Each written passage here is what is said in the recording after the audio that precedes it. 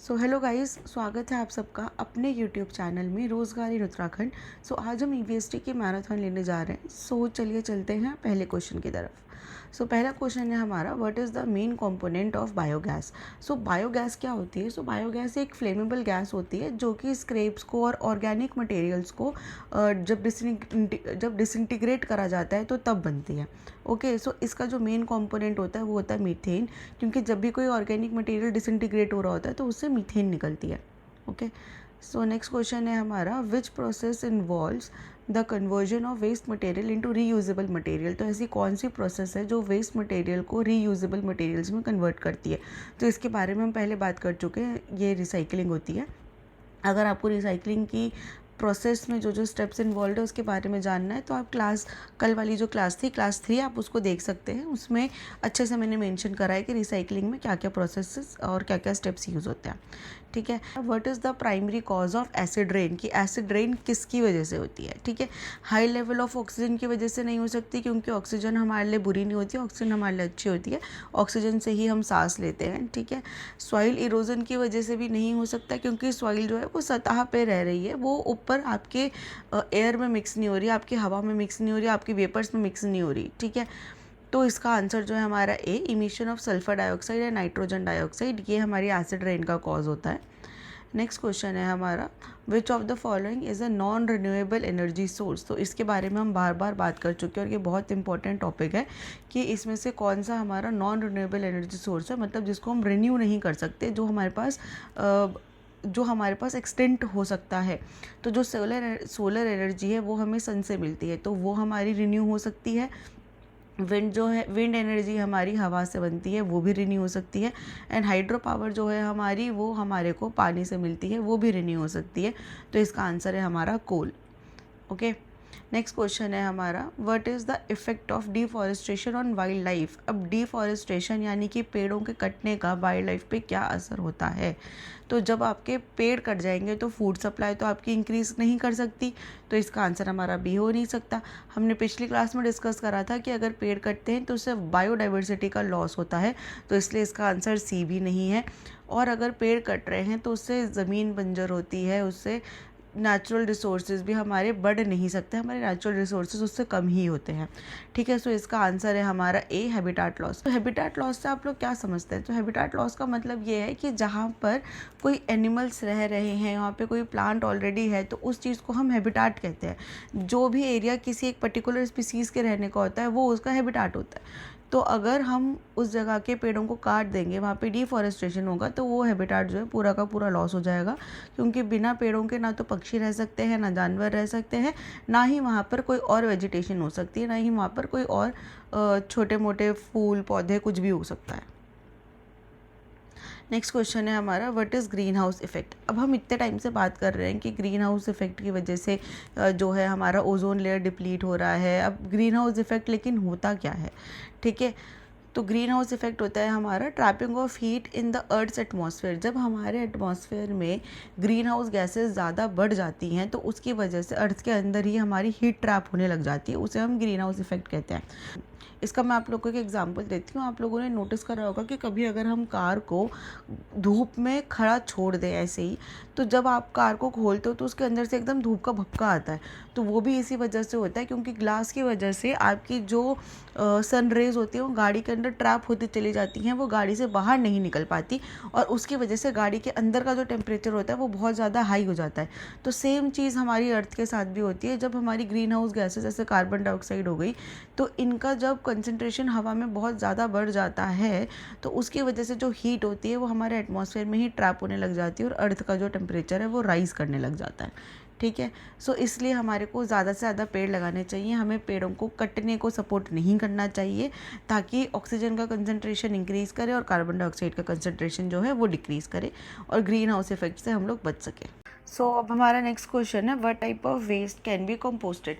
तो हम किस टाइप के वेस्ट को कंपोस्ट कर सकते हैं? अब इस कंपोस्ट करने का मतलब क्या होता है कि जब हम कोई भी ऑर्गेनिक वेस्ट को लेकर कोई भी हम ऑर्गेनिक स्क्रैप्स को लेकर उसको हम नेचुरली डिसइंटीग्रेट होने के लिए रखते हैं, तो उसे हम कंपोस्ट कहते हैं। ठीक है, सो इसका आंसर मैंने आपको डेफिनेशन में ही दे दिया। तो जो ऑर्गेनिक वेस्ट होता है उसको हम कंपोस्ट कर सकते हैं, जैसे कि आपके जो किचन का वेस्ट होता है, कि आपकी सब्जियों के छिलके, आपके फ्रूट्स के छिलके, उन सबको भी हम कंपोस्ट कर सकते हैं। नेक्स्ट क्वेश्चन है हमारा, what is a major consequence of water pollution. Water pollution का क्या एक बहुत बड़ा कॉन्सिक्वेंस है। ठीक है, तो इंक्रीज़ इन एयर क्वालिटी भी नहीं हो सकता। ठीक है, क्योंकि जहाँ पे भी पोल्यूशन की बात आ रही है वहाँ पे कोई भी चीज़ आपकी अच्छी नहीं हो रही है, वहाँ पे हर चीज़ आपकी डिक्रीज़ ही कर रही है। ठीक है, सो डिक्रीज़ इन सॉइल फर्टिलिटी भी इसका डायरेक्ट कॉन्सिक्वेंस नहीं है। जो आपका इन्हांस्ड क्रॉप प्रोडक्शन है वो भी नहीं हो सकता, क्योंकि जैसे मैंने कहा जब पोल्यूशन की बात है तो कोई भी चीज़ इन्हांस, इंक्रीज़ या अच्छी नहीं होगी। जो भी चीज़ है वो डिक्रीज़ लॉस में ही जाएगी। ठीक है, डिक्रीज़ और लॉस में ही जाएगी। सो नेक्स्ट इसका आंसर है हमारा लॉस ऑफ एक्वेटिक लाइफ। ठीक है, नेक्स्ट क्वेश्चन है हमारा, which of the following gases is primary responsible for global warming. तो इसके बारे में भी मैं कई बार बात कर चुकी हूँ, अभी मैंने पहले वाले एग्जाम्पल में भी बोला। तो कार्बन डाइऑक्साइड जो है ये सबसे ज़्यादा रिस्पॉन्सिबल है आपका ग्रीन हाउस इफेक्ट के लिए। नेक्स्ट क्वेश्चन है हमारा कि 3 Rs क्या होते हैं वेस्ट मैनेजमेंट के। तो इसके बारे में भी हमने पहली क्लासेस में बात कर रखा है कि वेस्ट मैनेजमेंट करने का इफ़ेक्टिव तरीका क्या होता है। तो उस तरह से ये क्वेश्चन आया था। इस समय के 3 Rs के बारे में पूछ रहा है। तो 3 Rs हमारे होते हैं रिड्यूस, रीयूज़ एंड रिसाइकिल। कम करो, दोबारा यूज़ करो और रिसाइकिल करो। ठीक है, सो ये हमारा आंसर है। नेक्स्ट क्वेश्चन है हमारा, which layer of atmosphere contains the ozone layer. ठीक है, ये क्वेश्चन हमने कल भी डिस्कस करा था, लेकिन थोड़ा सा अलग तरह से भी ये क्वेश्चन कई बार पूछा जाता है और ये बहुत इंपॉर्टेंट क्वेश्चन है, इसलिए मैंने इसको दोबारा नोट करा है। सो इसका आंसर है हमारा स्ट्रेटोस्फेयर। अगर आपको इसके बारे में और ज़्यादा डिटेल देखनी है तो आप कल वाली क्लास देख सकते हैं, वहाँ पर मैंने जितनी भी लेयर्स होती हैं ये एटमॉस्फेयर की, इन सब के बारे में ज़्यादा डिटेल में डिस्कस करा है। सो नेक्स्ट क्वेश्चन है हमारा, what is the purpose of a wind turbine. तो जो विंड टर्बाइन होता है इसका पर्पस क्या होता है। अब विंड टर्बाइन जो होता है हमारा, जैसे इसे पवन चक्की भी कहते हैं, तो ये पवन चक्की का मतलब होता है कि ये हवा के साथ साथ घूमती है। ठीक है, तो इसका हमारा क्या मेन पर्पस होता है इसका, ये विंड एनर्जी को इलेक्ट्रिकल एनर्जी में कन्वर्ट करती है। ठीक है, नेक्स्ट क्वेश्चन है हमारा, which of the following is a characteristic of sustainable development. तो सस्टेनेबल डेवलपमेंट के बारे में हमने बात करा था कि सस्टेनेबल डेवलपमेंट का मतलब होता है कि जो चीज़ लॉन्ग टर्म में चल सके, ऐसा ना हो कि आज के ही ख़त्म हो गई वो। ठीक है, सस्टेनेबल का मतलब होता है लॉन्ग टर्म, कि जो लॉन्ग टर्म में चलती रहे, जिससे वेस्ट कम प्रोड्यूस हो। ठीक है, जिसका कार्बन फुटप्रिंट कम हो, तो उसको हम सस्टेनेबल डेवलपमेंट कहते हैं। तो use of renewable resources. Renewable resources क्या होते हैं हमारे, जैसे कि solar energy, wind energy, hydro energy.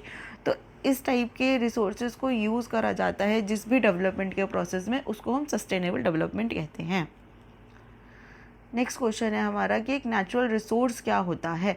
तो गाइज़ इसके बारे में भी हम कई बार बात कर चुके हैं कि जो भी रिसोर्सेज हमारे नेचर में नेचुरली अकर होते हैं, हमारे एनवायरनमेंट में, जो हमें हमारे पर्यावरण ने प्राकृतिक रूप पे दिए हुए हैं, वो हमारे नेचुरल रिसोर्सेज होते हैं। तो इसका आंसर है हमारा ए। नेक्स्ट क्वेश्चन है हमारा कि इसमें से कौन सा तरीका है कार्बन फुटप्रिंट को रिड्यूस करने का। अब तो आप लोग पूछोगे कि कार्बन फुटप्रिंट होता क्या है। तो कार्बन फुटप्रिंट होता है जितना भी कार्बन डाइऑक्साइड हमारी किसी भी एक्टिविटी से इमिट हो रहा है, हमारी किसी भी एक्टिविटी से निकल रहा है, वो उसको हम कार्बन फुटप्रिंट कहते हैं। और ये इंडिविजुअल लोगों का भी कार्बन फुटप्रिंट इस टाइप से काउंट हो सकता है कि भाई मैंने आज के दिन में इतनी क्या एक्टिविटी करी जिससे कार्बन डाइऑक्साइड इमिट हुई है। ठीक है, तो इसमें से एक सबसे अच्छा तरीका है कार्बन फुटप्रिंट को कम करने का, that is use of public transport. तो जो अगर हम पब्लिक ट्रांसपोर्ट को यूज़ करेंगे तो इससे कार्बन फुटप्रिंट कम कैसे होगा, कम इस तरह से होगा कि आप ये लगा लीजिए, अगर 10 लोग 10 कार लेकर बाहर निकल रहे हैं तो 10 गाड़ियों का जो कार्बन डाइऑक्साइड का इमिशन है वो ज़्यादा होगा।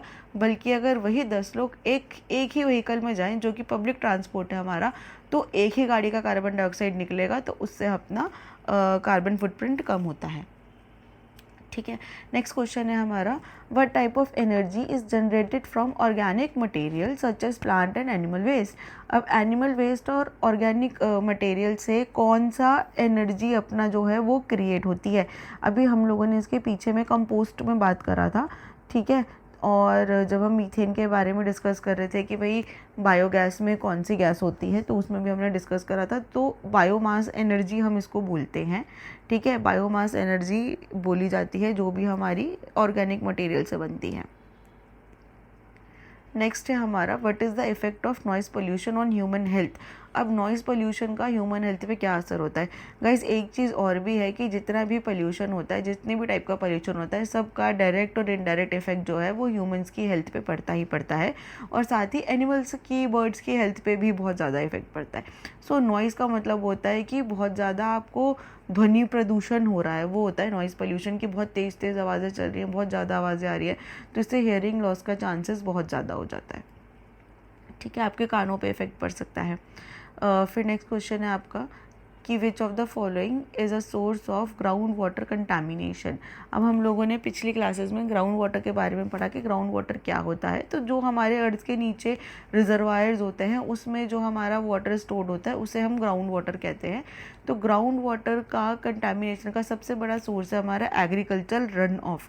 एग्रीकल्चरल रन ऑफ क्या होता है कि आज की डेट में अब हम एग्रीकल्चर में बहुत ज़्यादा पेस्टिसाइड्स का यूज़ करते हैं, और बहुत ज़्यादा आर्टिफिशियल जो हमारे फर्टिलाइज़र्स होते हैं उनका यूज़ करते हैं, और उसके बाद जब उसमें इरिगेशन करी जाती है, तब उसमें पानी डाला जाता है, तो वो जो हमारे आर्टिफिशियल आपका क्या बोलते हैं, जो आर्टिफिशियल फर्टिलाइज़र्स हैं आपके और जो पेस्टिसाइड्स हैं आपके, वो पानी में घुल कर नीचे चले जाते हैं, सीप जाते हैं, और वो सीधा का सीधा ग्राउंड वाटर में जाके मिल जाते हैं। नेक्स्ट क्वेश्चन है हमारा what is the main source of energy for earth. अब अर्थ के लिए मेन सोर्स ऑफ एनर्जी क्या है, तो इसका आंसर तो हम हमेशा से पढ़ते आ रहे हैं कि जो सन है, सन ही हमारे लिए मेन सोर्स ऑफ एनर्जी है। अर्थ की सारी लाइफ फॉर्म्स को एनर्जी जो है वो सन से ही मिलती है। नेक्स्ट क्वेश्चन है हमारा which type of pollution is caused by excessive artificial light. Artificial light का मतलब है कि जो नेचुरल लाइट नहीं होती। अब नेचुरल लाइट क्या होती है, अपनी सन एंड मून, उसके अलावा जो भी अपनी लाइट्स हैं वो सारी आर्टिफिशियल लाइट्स हैं, जो कि मैन मेड लाइट्स हैं। तो जब बहुत ज़्यादा लाइट हो जाती है उसे हम कहते हैं लाइट पोल्यूशन। ये भी एक टाइप ऑफ पोल्यूशन होता है। अब आप बोलोगे कि मैम ज़्यादा लाइट होना हानिकारक कैसे है। सो कई सारी ऐसी बर्ड्स होती हैं, कई सारे ऐसे एनिमल्स होते हैं जो कि रात के टाइम पे ही हंट करते हैं, उनको रात के टाइम पे ही दिखता है। अगर उनके आसपास रोशनी होती है तो उन्हें नहीं दिखती ये चीज़ें। तो जब हम बहुत ज़्यादा ही लाइट पोल्यूशन करने लगते हैं कि हर जगह अपनी लाइटें जली, अननेसेसरी लाइटें जली हैं, तो उससे बहुत बड़े लेवल पे उन बर्ड्स को और एनिमल्स को इफ़ेक्ट पड़ता है। क्वेश्चन है हमारा what is the primary goal of environmental conservation. अपने परिवहन को संरक्षण करने का हमारा क्या गोल है, हम क्या प्राप्त करना चाहते हैं इससे। सो हम अपने जो नेचुरल रिसोर्सेज हैं हम उन्हें कंजर्व करना चाहते हैं, हम अपने नेचुरल रिसोर्सेज को बचाना चाहते हैं। नेचुरल रिसोर्सेज यानी कि हमारे पास साफ़ हवा रहे, साफ़ पानी रहे, सांस लेने के लिए ऑक्सीजन हो, पीने के लिए हमारे पास पानी हो, फॉरेस्ट का कवर हमारा अच्छा हो, ठीक है। सो नेक्स्ट क्वेश्चन है हमारा which of the following is a biodegradable material. Biodegradable material का मतलब है कि ऐसा मटेरियल जो कि समय के साथ साथ हमारे इन्वायरमेंट में अपने आप ही डिग्रेड हो जाए, अपने आप ही अपने कॉम्प्लेक्स मॉलिक्यूल से अपने सिंपलर मॉलिक्यूल में, सिंपलर फॉर्म में कन्वर्ट हो जाए। उस पर हमें कोई बाहर से एक्सटर्नल एफर्ट नहीं लगाना पड़ रहा है, उसे तोड़ना नहीं पड़ रहा है, ग्राइंड नहीं करना पड़ रहा है, ठीक है। सो इसका आंसर है हमारा पेपर। ये आप एक्सपेरिमेंट अपने घर में भी कर सकते हैं कि आप पेपर और प्लास्टिक को थोड़ा सा ज़मीन में डाल के देखिए, गाड़ के देखिए ज़मीन में। कुछ टाइम के बाद आप देखेंगे तो जो पेपर होगा वो पूरा का पूरा गल गया होगा, लेकिन जो आपका प्लास्टिक है वो नहीं गला होगा, ठीक है। सो नेक्स्ट क्वेश्चन है हमारा कि what is the effect of greenhouse gases on earth's climate. तो इसके बारे में भी हम पहले बात कर चुके हैं कि जो ग्रीन हाउस गैसेज हैं उनका क्या इफेक्ट होता है। तो वो ग्लोबल वार्मिंग कॉज करती है। ग्लोबल वार्मिंग का क्या मतलब होता है कि हमारे अर्थ का जो टेम्परेचर है वो राइज कर रहा है, ठीक है, वो बढ़ता चला जाता है, तो ये होती है ग्लोबल वार्मिंग। नेक्स्ट क्वेश्चन है हमारा what is a major cause of soil erosion. इसमें से सॉइल इरोजन का यानी कि जो आपकी सॉइल का टॉप लेयर है वो जो इरोड हो रहा है, मतलब कि वो गिर रहा है, ख़त्म हो रहा है, उसका मेन कॉज क्या है। जो हमारे फॉरेस्ट कवर होते हैं, जो हमारे प्लांट्स होते हैं, उनकी रूट्स क्या करती हैं कि वो सॉइल को बाइंड करके रखती हैं, तो वो सॉइल को इरोड नहीं होने देती, वो उसको गिरने नहीं देती। तो अगर हमारे पास डिफॉरेस्टेशन हो रहा है यानी कि हमारे पेड़ कट रहे हैं, तो उसका डायरेक्ट कॉज आएगा अपना सॉइल इरोजन, ठीक है। विच of the following is the consequence of global warming. अब ग्लोबल वार्मिंग की वजह से इसमें से कौन सी चीज़ हो रही है। एयर टेम्परेचर डिक्रीज, हमारे वैसे तो इसमें दो आंसर हो सकते हैं, एक हो सकता है अपना राइजिंग सी लेवल, एक हो सकता है अपना लेस रेनफॉल। लेकिन डायरेक्टली जब ऐसा पूछा जा रहा है तो डायरेक्ट जो कॉन्सिक्वेंस होता है ग्लोबल वार्मिंग का वो सबसे पहला होता है राइजिंग इन सी लेवल्स। क्योंकि क्या होता है कि हमारी अर्थ का जब टेम्परेचर इंक्रीज हो रहा है तो उसके साथ में हमारी जो पोलर आइस कैप्स है वो मेल्ट होती हैं, जिसकी वजह से हमारे सी का लेवल इंक्रीज हो जाता है। जो लेस रेनफॉल है ये इसका एक दूसरे टाइप का थोड़ा मॉडिफाइड वर्जन होता है कि भाई टेम्परेचर राइज करने से सूखा ज़्यादा पड़ जाता है, जिसकी वजह से रेनफॉल कम होता है। लेकिन इसका जो आंसर होगा हमारा वो डायरेक्ट कॉन्सिक्वेंस की बात हो रही है, तो इसलिए अपना राइज इन सी लेवल्स इसका आंसर होगा। नेक्स्ट क्वेश्चन है हमारा कि what is the primary method of disposing of nuclear waste. अब न्यूक्लियर वेस्ट जो होता है, न्यूक्लियर वेस्ट बहुत ज़्यादा रिएक्टिव होता है, ठीक है। तो जो उसमें से रेडिएशंस वगैरह निकलती हैं उसको हमारे को बहुत ज़्यादा ही डीप अंडरग्राउंड स्टोर करना पड़ता है, ठीक है। और उसके ऊपर पूरी लेयर भी लगाई जाती है, लेड वगैरह की लेयर होती है, जिससे कि बाहर, और कंक्रीट की लेयर होती है, जिससे कि जो भी उससे रेडिएशन निकल रही है वो रेडिएशंस बाहर ना आए और बाहर किसी भी टाइप ऑफ लाइफ फॉर्म को वो तंग ना करेगा, किसी भी लाइफ फॉर्म को वो म्यूटेट ना करें, ठीक है। तो इसलिए इसका आंसर है हमारा A, deep underground storages. Next question है हमारा what is the process by which water vapour turns into liquid water. अब जो अपनी वाटर वेपर है वो कौन सी प्रोसेस से लिक्विड वाटर में कन्वर्ट होती है। तो इसका आंसर है हमारा कंडेंसेशन। कंडेंसेशन का मतलब ये होता है कि किसी ठंडी सतह पर जो आपकी वाटर वेपर्स हैं वो उस पर ठंडी सतह के कांटेक्ट में आती हैं और वहाँ पे वो लिक्विड वाटर का ड्रॉपलेट्स बना देती हैं।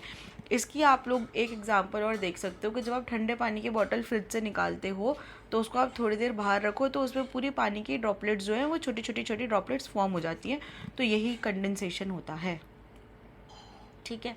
नेक्स्ट क्वेश्चन है हमारा which of the following practices help in water conservation.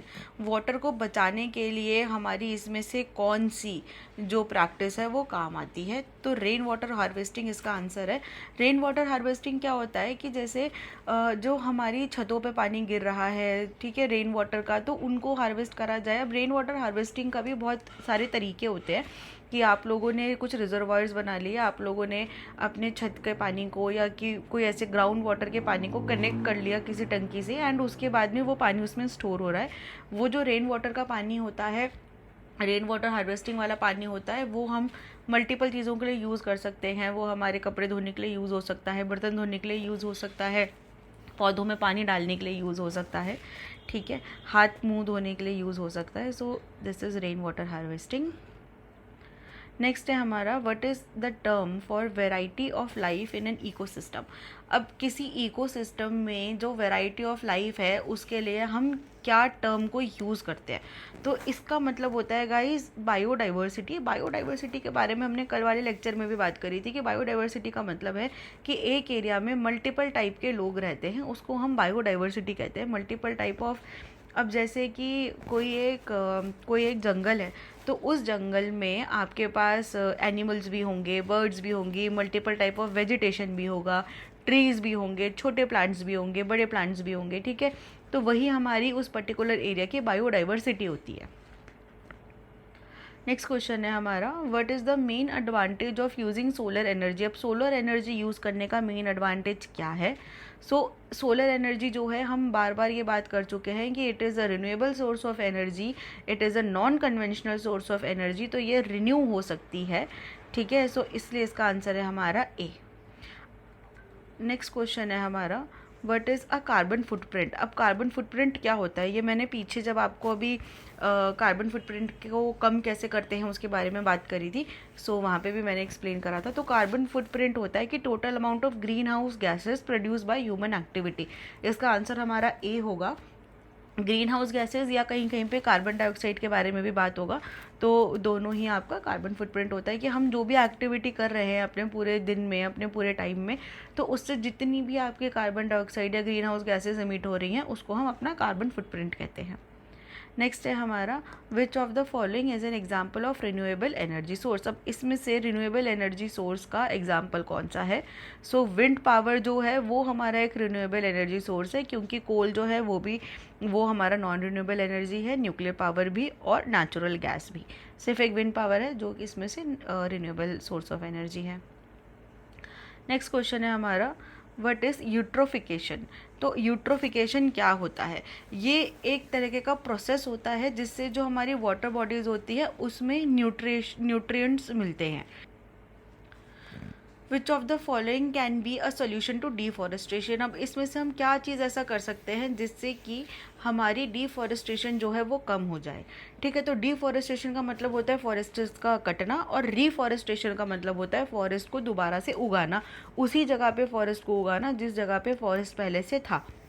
तो इसका आंसर है हमारा B, implementation of reforestation programmes.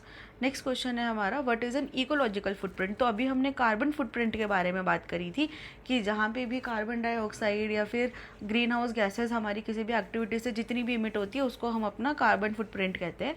ऐसे ही एक होता है आपका इकोलॉजिकल फुटप्रिंट। तो इसमें यह है कि हम इकोलॉजिकल फुटप्रिंट का मतलब ये है कि जो हम ह्यूमंस हैं वो इकोसिस्टम का कितनी चीज़ें यूज़ कर रहे हैं, कितना डिमांड है हमारा उसकी, कितनी हवा कितना पानी हम यूज़ कर रहे हैं, तो वो हमारा इकोलॉजिकल फुटप्रिंट होता है। नेक्स्ट क्वेश्चन है हमारा कि what is the main source of pollution in river. अब रिवर्स में हमारा मेन सोर्स ऑफ पोल्यूशन क्या होता है, तो इसके बारे में हमने पहले भी बात करी है कि जितना भी इंडस्ट्रियल वेस्ट है वो सारा का सारा हमारी रिवर्स में जाके डंप हो रहा है, इसलिए जो हमारी रिवर्स हैं वो बहुत ज़्यादा पोल्यूट हो रही हैं। सो हमारा नेक्स्ट क्वेश्चन है, व्हाट इज़ डेजर्टिफिकेशन। डेजर्टिफिकेशन का क्या मतलब होता है। सो जो डेजर्टिफिकेशन होता है ये आपका किसी भी फर्टाइल लैंड का डेजर्ट में कन्वर्ट हो जाना होता है। मतलब कि कोई भी आपकी ऐसी उपजाऊ धरती जो है, जो उपजाऊ भूमि है, उसका रेगिस्तान में कन्वर्ट हो जाना डेजर्टिफिकेशन कहलाता है। ये आपका एक तरीके का डिफॉरेस्टेशन का कॉन्सिक्वेंस है। डिफॉरेस्टेशन की वजह से ही डेजर्टिफिकेशन होता है। ठीक है, सो नेक्स्ट क्वेश्चन है हमारा, which of the following human activity is a significant contributor to the greenhouse effect. अब ग्रीन हाउस इफेक्ट का इसमें से कौन सा एक्टिविटी है जिसकी वजह से ग्रीन हाउस इफेक्ट जो है वो हमारा बहुत ज़्यादा बढ़ जाता है। ठीक है, तो बर्निंग ऑफ फॉसिल फ्यूल्स इसका आंसर है। अगर हम प्लांट कर रहे हैं ट्रीज़ को, तो ट्रीज़ प्लांट करने से जो है आपका ग्रीन हाउस इफेक्ट जो है वो कम होता है। रिन्यूएबल एनर्जी सोर्सेज को यूज़ करने से भी ग्रीन हाउस इफेक्ट कम होता है, और रिसाइकलिंग जो होता है अपना, किसी भी वेस्ट को रिसाइकिल करने से भी ग्रीन हाउस जो है वो ग्रीन हाउस इफेक्ट कम होता है, क्योंकि कार्बन फुटप्रिंट कम होता है जब हम वेस्ट को रिसाइकिल करते हैं। ठीक है, तो इसका आंसर है हमारा burning of fossil fuels. Burning of fossil fuels यानी कि आपका कोल यूज़ करना, पेट्रोलियम यूज़ करना, क्योंकि जो फॉसिल फ्यूल है इनसे एनर्जी तभी कन्वर्ट होती है जब इनको जलाया जाता है, इन्हें बर्न करा जाता है। हमारा कि what is the main consequence of over fishing. अब ओवर फिशिंग क्या होता है। ओवर फिशिंग का मतलब है कि किसी एक पूल में, किसी एक एरिया में जहाँ पे आप मछलियाँ पकड़ते हैं वहाँ पे आपके पास कुछ लिमिट दे रखी है कि आप भाई एक दिन में या एक टाइम में इतनी मछली पकड़ सकते हैं। अगर आपने इससे ज़्यादा पकड़ी तो वहाँ पे जो मछलियाँ हैं उनकी पॉपुलेशन में प्रॉब्लम आ सकती है, उनकी पॉपुलेशन कम हो सकती है। ठीक है, तो ओवर फिशिंग का मतलब है आपका डिप्लीट हो जाती है फिशिंग का स्टॉक। ठीक है, सो नेक्स्ट क्वेश्चन है हमारा, what is the purpose of ozone layer. अब ओजोन लेयर का क्या पर्पस है। तो ओजोन लेयर का पर्पस होता है अर्थ को हार्मफुल यूवी रेडिएशन से प्रोटेक्ट करना। ये बहुत इंपॉर्टेंट क्वेश्चन है गाइस, ये ज़रूर आएगा आपके एग्जाम में। विच of the following is a sustainable practice. अब इसमें से आपकी सस्टेनेबल प्रैक्टिस कौन सी है। सस्टेनेबल का मतलब होता है कि जो चीज़ हम लॉन्ग टर्म में यूज़ कर सकते हैं। ठीक है, सस्टेनेबल का मतलब है कि जो चीज़ आपकी बार बार यूज़ करी जा सकती है और उससे आपका कार्बन इमिशन भी नहीं होता, ग्रीन हाउस इफेक्ट नहीं होता। तो रिसाइकलिंग मटेरियल जो है वो आपकी एक सस्टेनेबल प्रैक्टिस है जिसको हम हमेशा बनाए रख सकते हैं। नेक्स्ट क्वेश्चन है हमारा, what is the main contributor to acid rain. Acid rain में इसमें से कौन सा हमारा ऐसा पदार्थ है जो मेन कंट्रीब्यूटर है। तो सल्फर डाइऑक्साइड इसका आंसर होगा गाइस, क्योंकि सल्फर डाइऑक्साइड से ही आपकी जो एसिड रेन है वो कॉज होती है। What is waste management. अब बात आती है कि वेस्ट मैनेजमेंट है क्या। हम इतने टाइम से बात कर रहे हैं कि हमारे को वेस्ट नहीं करना चाहिए, कूड़ा नहीं फैलाना चाहिए, लेकिन वेस्ट मैनेजमेंट होता क्या है। तो वेस्ट मैनेजमेंट होता है हमारा the collection, transportation and disposable of waste. कि भाई हमारा जो भी वेस्ट क्रिएट हो रहा है उसको हम पहले तो अच्छे से कलेक्ट करें, फिर हम अच्छे से उसको ट्रांसपोर्ट करें और फिर अच्छे से हम उसको डिस्पोज करें। ठीक है, नेक्स्ट है हमारा, what is the term for species that are at risk of extension. अब भाई ऐसा कौन सा टर्म यूज़ करा जाता है जो हमारी स्पीसीज़ जो है एक्सटेंट होने वाली है यानी ख़त्म होने वाली हैं उनके लिए। ठीक है, तो इसके लिए हम एंडेंजर्ड का जो टाइटल है ये यूज़ होता है। एंडेंजर्ड स्पीसीज़ हम उनको बोलते हैं जो भी एक्सटेंशन के रिस्क पे होती हैं। सो अब आप लोग बोलोगे कि एक्सटेंशन का जो रिस्क है वो होता किस वजह से, तो इसके मल्टीपल फैक्टर्स होते हैं, जैसे कि habitat loss, poaching, climate change, ठीक है। तो इन सब की वजह से आपका कोई भी जो स्पीसीज़ है वो एक एक्सटिंक्शन के रिस्क पे पहुंच जाती है। और एंडेंजर्ड स्पीसीज़ के अपने एग्जांपल्स होते हैं, जैसे बंगाल टाइगर है, स्नो लेपर्ड है, ब्लैक बक है, ठीक है। सो ये हमारी एंडेंजर्ड कुछ स्पीसीज़ हैं जो इंडिया में हम देखते हैं। What is the role of wetland in ecosystem. अब वेट लैंड का क्या रोल होता है इकोसिस्टम में, तो सबसे पहला क्वेश्चन तो ये आता है कि वेट लैंड क्या होता है। तो वेट लैंड वो लैंड होता है जो कि परमानेंटली या टेम्पररीली पानी से कवर्ड रहते हैं, ठीक है। अब हमारे पास इंडिया में टोटल 1304 ऐसे वेटलैंड्स हैं और लेक चिलिका इसका एक एग्जांपल है। अब बात आती है कि इनका रोल क्या होता है हमारे इकोसिस्टम में। तो ये जो है वाटर फिल्ट्रेशन और हैबिटेट को प्रोटेक्ट करने के लिए काम आते हैं, प्रिजर्वेशन के काम आते हैं, ठीक है। नेक्स्ट क्वेश्चन है हमारा, which practice is beneficial for maintaining soil health. Soil की जो हेल्थ होती है उसको मेंटेन करने के लिए इसमें से हम कौन सी जो प्रैक्टिस है वो हमारे लिए बेनिफिशियल है। सो सॉइल हेल्थ को मेंटेन करने के लिए ज़रूरी नहीं है कि हमेशा हमारे को आर्टिफिशियल फर्टिलाइज़र्स यूज़ करने हैं, जो हमारे केमिकल फर्टिलाइज़र्स उन्हें यूज़ करना है। जो सॉइल हेल्थ है वो क्रॉप रोटेशन के थ्रू भी आपकी मेंटेन हो सकती है। क्रॉप रोटेशन का मतलब है कि आपने पहले उसी खेत में एक टाइप का क्रॉप बोया, फिर उसके बाद में दूसरे टाइप का क्रॉप बोया, तो उससे क्या होता है कि जो आपकी सॉइल के न्यूट्रिएंट्स है वो रिच रहते हैं, वो मेंटेन्ड रहते हैं, ठीक है। नेक्स्ट क्वेश्चन है हमारा कि what is the main cause of coral bleaching. अब कोरल ब्लीचिंग क्या होता है। कोरल ब्लीचिंग का मतलब है कि जो आपके कोरल्स होते हैं, जो आपकी कोरल रीफ होती है वो ब्लीच हो रही है, उनके क्या बोलते हैं उनका जो पिगमेंट है वो ख़त्म हो रहा है। तो जो कोरल्स होते हैं ना उसको फॉरेस्ट ऑफ वाटर भी बोला जाता है, फॉरेस्ट ऑफ ओशियंस भी बोला जाता है, ठीक है। तो राइजिंग सी लेवल की वजह से जो है आपके कोरल की ब्लीचिंग होती है। एंड 1% राइस से भी, सिर्फ टेम्परेचर के पानी के 1% राइस से भी आपके जो कोरल्स हैं उनकी हेल्थ में बहुत ज़्यादा फ़र्क पड़ता है। अगर कोरल जो है आपकी कोरल रीफ है, जो आपकी कोरल्स हैं वो ब्लीच होंगे तो वो डेड होंगे, वो मरेंगे। एंड उसकी वजह से आपकी काफ़ी सारी कॉम्प्लेक्सिटीज़ होती हैं, जैसे कि जो पानी के अंदर की बायोडाइवर्सिटी होती है उसका लॉस होता है, ठीक है। पानी की हेल्थ मेंटेन नहीं होकर रह पाती है, और जो नेचुरल तरीका होता है पानी के फिल्ट्रेशन का, जो प्लांट्स का, वो मेंटेन नहीं हो पाता।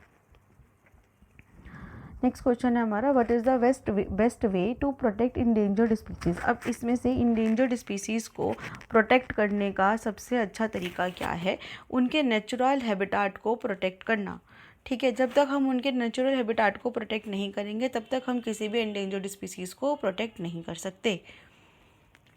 नेक्स्ट है हमारा, what is the effect of excessive use of fertilisers on the environment. अब इन्वायरमेंट में एक्सेसिव फर्टिलाइजर्स को यूज़ करने का क्या इम्पैक्ट होता है। तो ये मैंने अभी काफ़ी बार रिपीट करा है कि न्यूट्रिएंट पोल्यूशन होता है वाटर बॉडीज़ में। इसका मतलब है कि आपका अननेसेसरी केमिकल, अननेसेसरी न्यूट्रिएंट्स जो हैं वो वाटर बॉडी में मिक्स हो जाते हैं। नेक्स्ट क्वेश्चन है हमारा, which of the following is a man made disaster. इसमें से मैन मेड डिज़ास्टर कौन सा है।